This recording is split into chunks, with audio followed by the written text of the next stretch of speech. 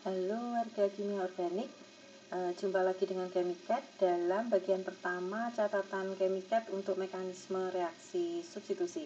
Referensi yang digunakan Chemicat adalah chapter 6 dari Solomon's Organic Chemistry edisi 11. Alur belajar yang disarankan Chemicat untuk warga kimia organik dalam bab ini adalah 4 step ya. Yang pertama nanti kita belajar dulu tentang karakter dari alkyl halida.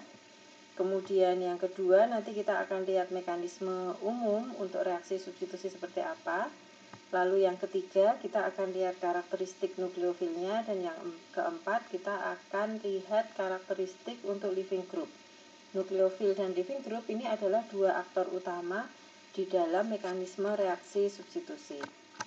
Kita lihat dulu yang pertama adalah karakteristik dari alkyl halida yang akan menjadi model molekul dalam mekanisme pembahasan tentang mekanisme reaksi substitusi. Kalau kita ingat kembali video yang telah dipost beberapa saat yang lalu tentang distribusi elektron di dalam suatu molekul, tentunya kalian para warga kimia organik masih ingat ya bahwa keberadaan gugus halogen di dalam suatu molekul dia akan menyebabkan terjadinya ketidakseimbangan distribusi elektron di dalam molekul. Jadi salah satu contohnya kita tampilkan di dalam layar Anda saat ini. Ini ada molekul 2-kloropropana di mana molekul tersebut memiliki klor yang dia bersifat sangat elektronegatif, sehingga dia akan menarik mayoritas elektron ke sisi di mana klor itu berada. Seperti pada contoh di sini ya. Nah, ini di tengah-tengah ya kalau 2-kloropropana, rumus molekulnya, rumus bangunnya seperti di bawah ini. Jadi elektronnya itu akan tertarik ke arah klor, sehingga kita akan melihat warna yang merah di sini yang merepresentasikan densitas elektron yang lebih tinggi daripada di daerah yang lain. Nah, ini kecenderungan seperti ini akan menyebabkan terjadinya polaritas parsial di dalam molekul alkyl halida. Jadi karakteristiknya molekul alkyl halida itu adalah terjadi polaritas parsial. Nah, polaritas parsial alkyl halida itu akan berbeda-beda kekuatannya tergantung dari posisi Cl-nya.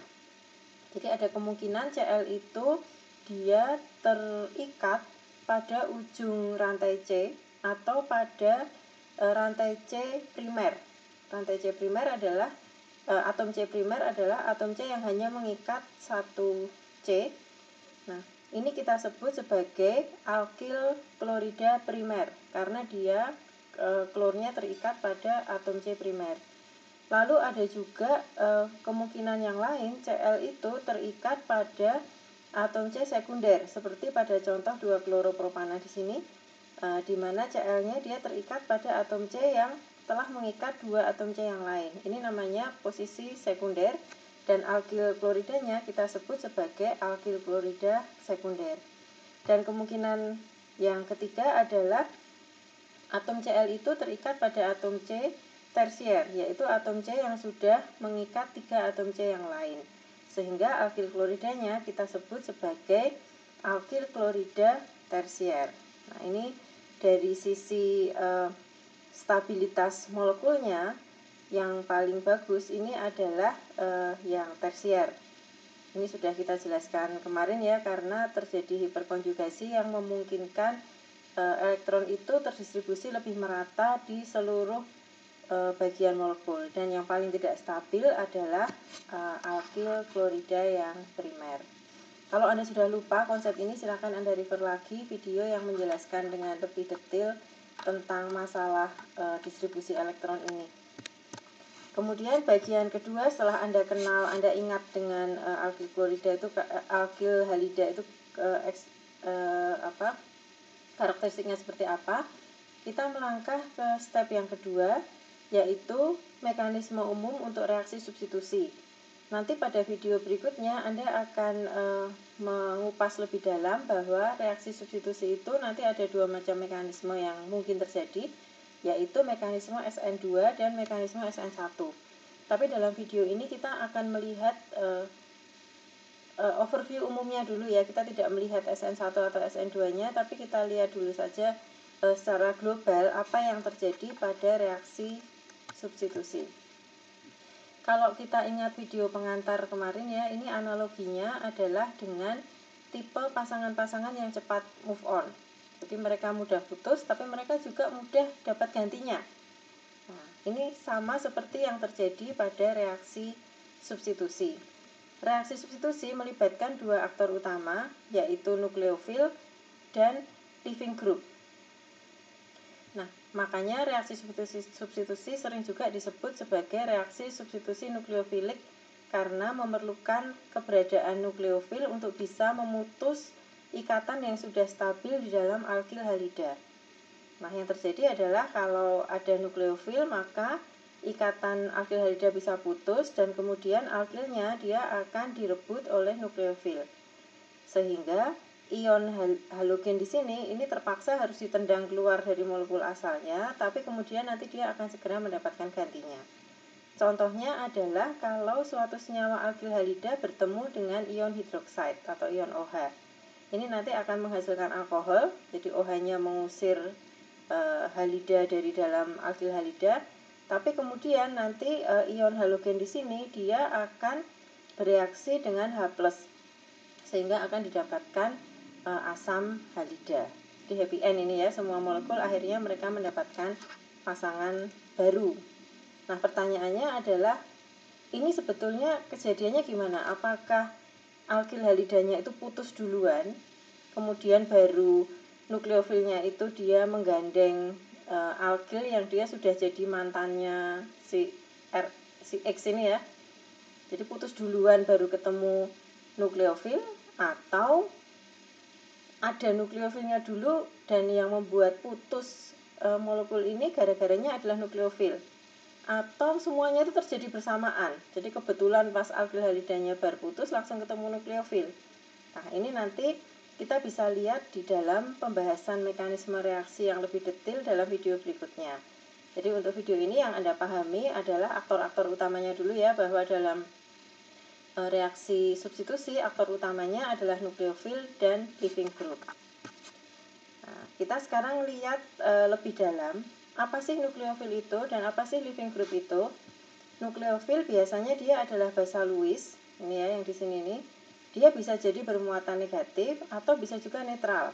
Jadi nanti ada dua macam reaksi yang mungkin terjadi, yaitu reaksi dengan nukleofil yang negatif dan reaksi dengan nukleofil yang netral. Prinsip utamanya sama, tapi ada sedikit perbedaan pada step finalisasi reaksinya. Yang kedua adalah keberadaan leaving group. Leaving group ini adalah bagian dari molekul yang dia harus pergi karena dia ditendang oleh kedatangan nukleofil.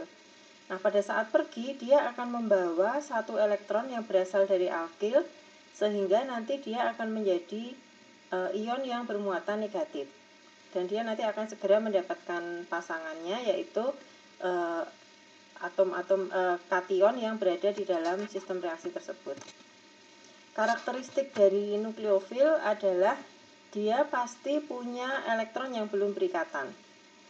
Nah, makanya bisa jadi dia ada muatannya negatif, tapi ada juga yang molekul-molekul netral tapi dia punya pasangan elektron bebas. Misalnya kalau ada N, ya kan, atau kalau ada O, itu ada kemungkinan molekulnya sebetulnya netral, tapi dia punya pasangan elektron bebas yang siap untuk di-share dengan bagian yang positif dari molekul yang menjadi targetnya. Sehingga kalau kita si nukleofil ini nanti dia ketemu dengan molekul yang mengalami polaritas parsial semacam ini, sehingga ada bagian positif di dalam molekul tersebut. Nah, ini adalah sasaran empuk untuk nukleofil.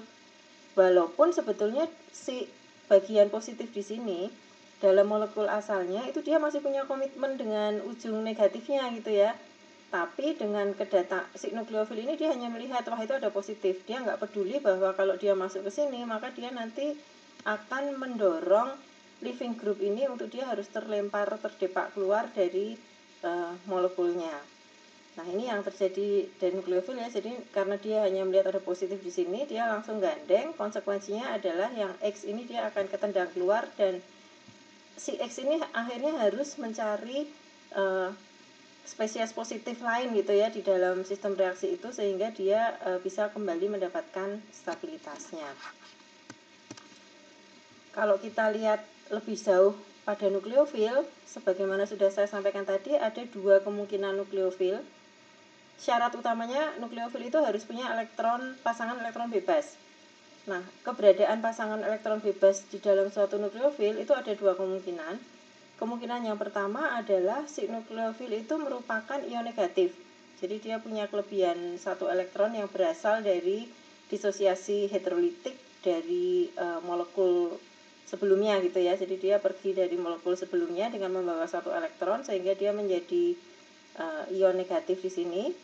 Nah, kalau nukleofilnya ini merupakan ion negatif, maka nanti produk yang kita peroleh setelah dia mendapatkan pasangan baru, produk kita itu adalah produk yang netral. Leaving groupnya ini memang dia merupakan anion, tapi nanti dia akan segera mendapatkan pasangan yang lain juga gitu ya. Jadi dia biasanya mendapatkan proton yang berasal dari pecahannya si nukleofil ini. Nah, kemungkinan yang kedua adalah bisa juga nukleofil Anda itu adalah molekul yang netral. Nggak ada muatannya, tapi dia punya pasangan elektron bebas. Misalnya senyawa nitrogen ini ya, senyawa amin. Nah, ini juga dia bisa bertindak sebagai nukleofil pada senyawa-senyawa yang punya polaritas parsial. Contohnya di sini adalah metil iodida. Nah, tapi kalau Anda startnya dari nukleofil yang netral, nanti produk yang Anda peroleh itu dia jadi bermuatan positif. Sehingga ini masih perlu satu step tambahan lagi untuk memfinalisasi reaksinya. Ini belum betul-betul stabil ya kalau Anda masih punya muatan positif di sini. Jadi kalau kita start dari nukleofil yang netral, ini contohnya di sini bisa juga dengan air ya, selain tadi dengan senyawa amin. Ini kalau dengan air, salah satunya contohnya kasusnya kita sebut sebagai sulfolisis, yaitu biasanya airnya itu berperan sebagai pelarut gitu ya dalam jumlah yang berlebihan. Nah, ini kalau kita nukleofilnya netral, nanti dia menghasilkan produk yang bermuatan positif, maka perlu ada step deprotonasi, yaitu untuk menetralkan muatan yang di sini. Ini biasanya diperlukan proton transfer, sehingga Anda nanti akhirnya menjadi menghasilkan produk yang juga netral. Tapi akibatnya nanti akan ada hasil samping berupa ini ya, proton, dan ada leaving group dari alkyl halida sebagai anion. Nah, ini nanti akan terjadi reaksi lebih lanjut sehingga anionnya ini juga nanti mendapatkan pasangan berupa proton. Sehingga akhirnya semua spesies yang ada di dalam sistem reaksi ini nanti akhirnya masing-masing mendapatkan pasangan yang baru untuk mencapai kestabilan mereka yang baru. Itu tadi kalau kita bicara soal nukleofilnya. Ini yang kalau di dalam sinetron ini adalah pelakornya gitu ya, dia yang suka ngerebut-ngerebut pasangan molekul lain. Nah, sekarang kita lihat korbannya ya, ini yang direbut pasangannya, yaitu leaving group. Nah, suatu molekul itu dia bisa mengalami reaksi substitusi kalau punya leaving group. Nah, syaratnya leaving group itu adalah dia bisa keluar dari molekul asalnya sebagai basa lemah yang stabil. Nah, basa lemah yang stabil ini ada dua kemungkinan, bisa sebagai anion, biasanya ini adalah kalau berasal dari ion-ion dari halogen ya, atau dia menjadi molekul yang netral, misalnya air gitu. Nah, jadi ini enggak sembarangan juga ya, tidak semua molekul itu bisa kita putus ikatannya dan kita tendang salah satu bagian keluar gitu. Ini harus memenuhi kondisi ini. Kalau leaving groupnya itu dia bisa menstabilisasi dirinya sebagai basa lemah, kalau dalam kondisi dia tertendang dari molekul asalnya, nah baru reaksi substitusi ini bisa berlangsung.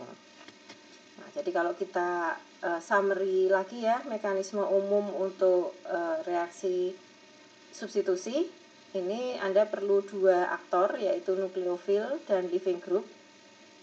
Nanti Anda akan menghasilkan suatu produk, yaitu alkil yang dia sekarang berpasangan dengan nukleofilnya. Sementara leaving groupnya dia akan ketendang keluar dari molekul asalnya, tapi nanti dia akan mendapatkan proton yang lain gitu ya, sehingga nanti di akhir juga leaving group Anda itu punya pasangan juga, pasangan baru. Demikian catatan Chemicat tentang mekanisme umum dari reaksi substitusi. Nanti kita pada video berikutnya Chemicat akan sharing catatan tentang lebih dalam, kita kupas reaksi SN2. Sampai ketemu di video bersama Chemicat selanjutnya.